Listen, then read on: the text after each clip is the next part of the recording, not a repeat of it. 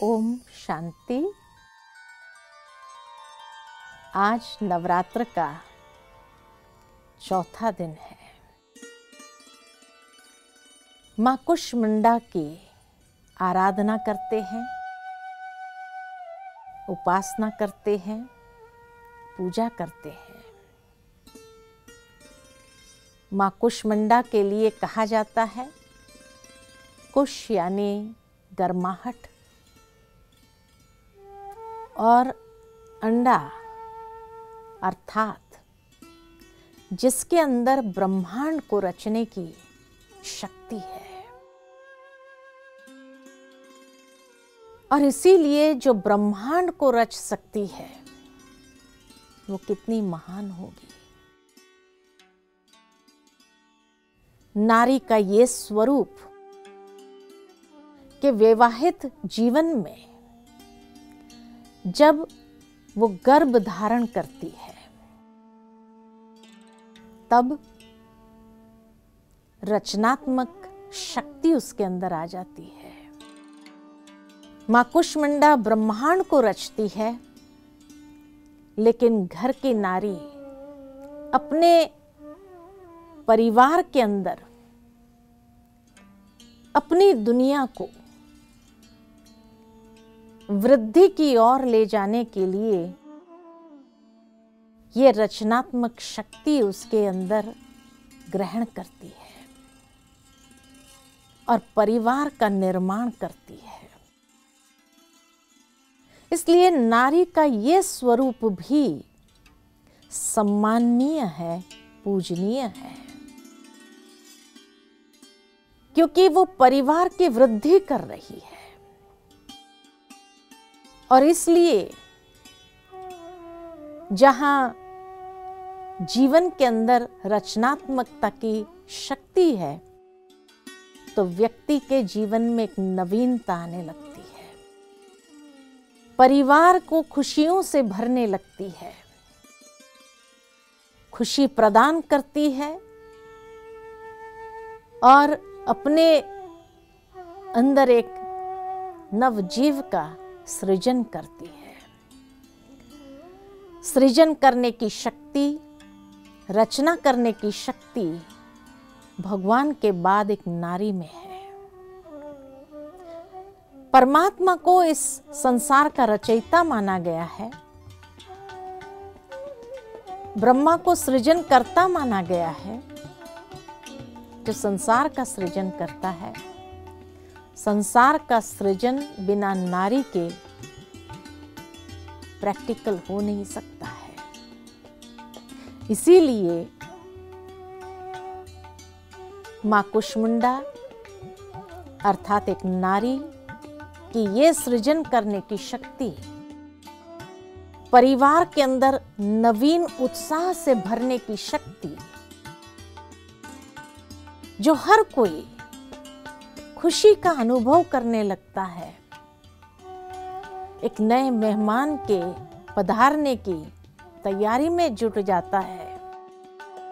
अनेक प्रकार के स्वप्न हरेक के मन के अंदर संजोना शुरू हो जाता है। यह रचनात्मक शक्ति, अद्भुत शक्ति नारी के पास ही है। इसीलिए उसके इस स्वरूप की भी इतनी ही इज्जत करें, उसका सम्मान करें, और जो कोई और नहीं कर सकता है, परिवार को पूर्ण करने का, वृद्धि करने का जो श्रेय उसको प्राप्त है, उसको हर रीति से श्रेष्ठ माना गया है। साथ ही साथ जैसे कहा कि वो अपने ब्रह्मांड की सर्जना करती है, अर्थात अपने परिवार के अंदर एक ऐसी सकारात्मक ऊर्जा को प्रवाहित करती है जिससे हर कोई ये महसूस करने लगता है कि हाँ, अब हमारा परिवार पूर्णता की ओर जा रहा है। मां कुष्मांडा के आशीर्वाद से जैसे जीवन के अंदर हर प्रकार की परिस्थितियों के साथ लड़ने की क्षमता आ जाती है। इसीलिए ऐसे समय पर एक नारी का साथ जब उसके परिवार वाले देते हैं तो अनेक प्रकार के सहन शक्ति उसके अंदर विकसित हो जाती है, साहस आ जाता है, हिम्मत और सहन शक्ति के साथ वो उस परिवार को पूर्ण करने के लिए सक्षम हो जाती है। तो इसीलिए आज हम अपने अंदर ये एक दृढ़ प्रतिज्ञा करें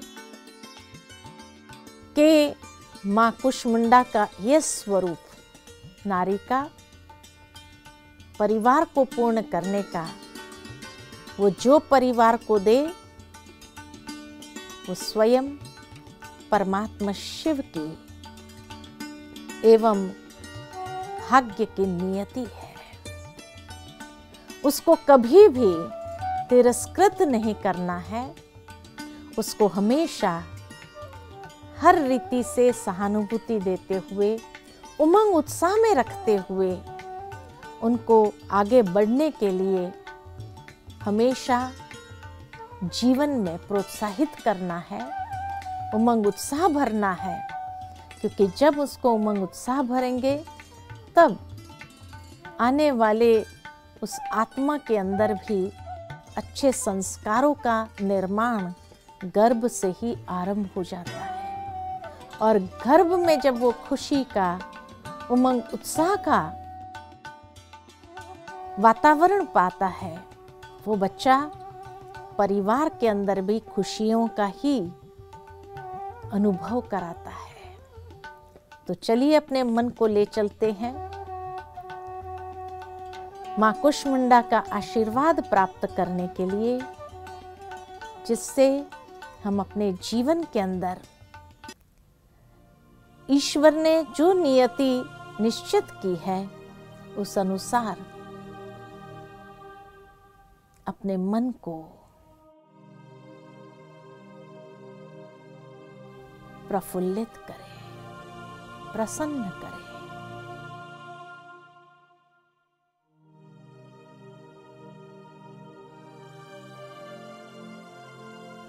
मैं आत्मा परमात्मा शिव की श्रेष्ठ शक्ति हूं।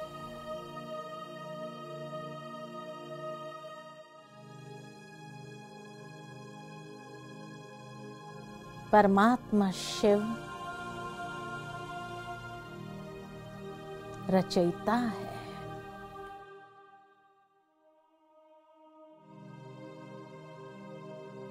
परमात्मा शिव के संग नई सृष्टि का सृजन करने में मैं आत्मा उसकी मददगार हूं, सहयोगी हूं।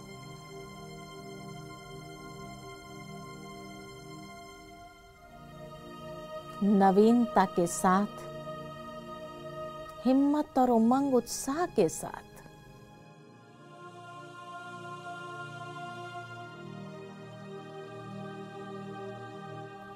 अनेक बातों को सहन करते हुए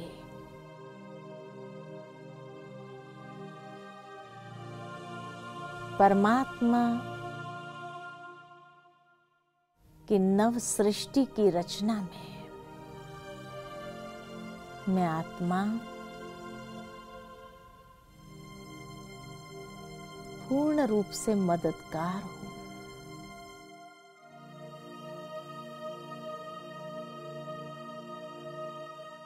ओम